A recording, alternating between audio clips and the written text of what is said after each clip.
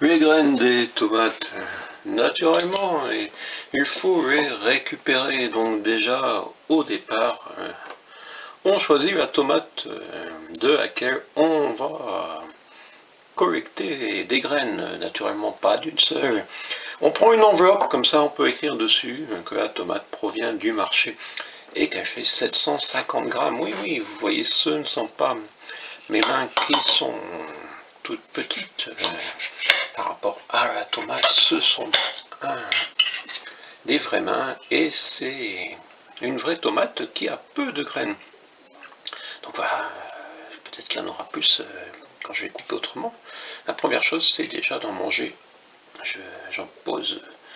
Voilà, ça sert à rien de les nettoyer s'il reste un tout petit peu de chair autour, mais ce n'est pas grave. Donc, vous voyez, une tomate avec une chair abondante et de 750 grammes, naturellement, on doit se jeter sur une caméra pour fumer.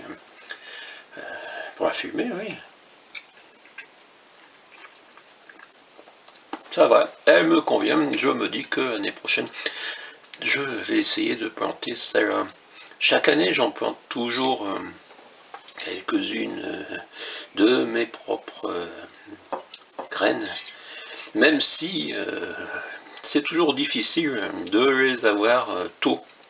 Et oui, parce que je n'ai pas de serre chauffée, donc même en étant à l'intérieur, celles qui sont ensuite en vente sur le marché sont toujours plus précoces que les miennes. Mais pour la fin de saison, voilà, mes propres graines. Donc chaque année, comme je dois également en acheter des tomates, puisque même avec les pieds de tomates achetés sur le marché, ils sont encore plus rapides, toujours pour une question de serre que je n'ai pas. Donc j'en achète et chaque année je récupère quand j'aime bien, et surtout quand voilà, une tomate me semble intéressante. Une tomate de 750 grammes, ce n'est pas tous les jours qu'on en croise sur son marché, quoique. Et ce n'est pas une tomate OGM, ni une F1 quelque chose, non, non, c'est une variété ancienne. J'achète à des producteurs qui ont des variétés anciennes. Vous voyez, ce n'est pas très net, sûrement. Et on va me dire que c'est pas très propre, qu'il faudrait peut-être les nettoyer. Mais je m'embête pas, ça je laisse 3-4 jours sur cette enveloppe. Et après je les gratte un tout petit peu, oui, quand il y a un tout petit peu trop de chair autour, je gratte un peu, je frotte. Et je les mets à l'intérieur, d'où l'enveloppe. On me dira, il restera des taches, effectivement, il restera des taches. Mais voilà, un couteau, une fourchette, même avec une tomate qui ont peu de graines. Mais pourquoi cette tomate a peu de graines, me direz-vous? Eh bien, j'en sais rien. C'est les variétés, vous voyez, une variété ancienne qui a peu de graines. Ah, j'ai trouvé un endroit où les graines se cachaient. Il n'y en a pas besoin de 50, vous savez, ces graines-là, normalement, avec 10, j'aurai 10 tomates. Donc, vous voyez, pour ma production personnelle, comme je vais également en prendre des miennes d'anciennes variétés. Cette année, j'ai acheté des anciennes variétés, dont certaines tomates qui ne sont pas rouges. Et oui, il existe des tomates qui ne sont pas rouges. Voilà, je coupe encore, mais si, voilà, j'ai trouvé un endroit d'abondance de graines, c'est juste que je n'étais pas au bon endroit. Voilà, si je mets tout ça sur l'enveloppe, ça va faire un tout petit peu n'importe quoi, certains vont dire.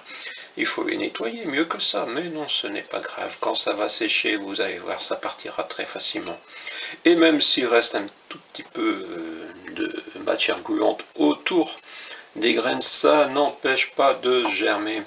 C'est peut-être pas très beau, mais on ne fait pas un concours de beauté de graines. Ça, c'est l'objet d'une autre vidéo, peut-être sur mon QTV également. Ou peut-être qu'un jour la commune va lancer une grande fête culturelle de la plus belle graine de tomates, puisqu'ils n'ont pas retenu mes idées pour l'instant, la fête des figues et autres créations de ternoise pensée.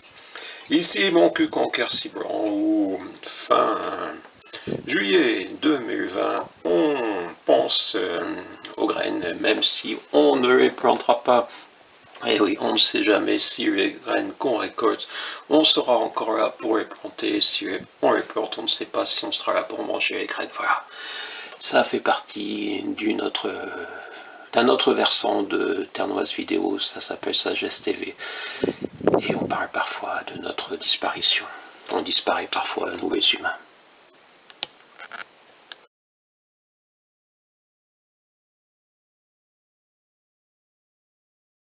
Les cornichons, on en côtoie tous les jours, pas qu'à mon cul, hein. Les cornichons, on en côtoie tous les jours, pas qu'à mon cul, hein.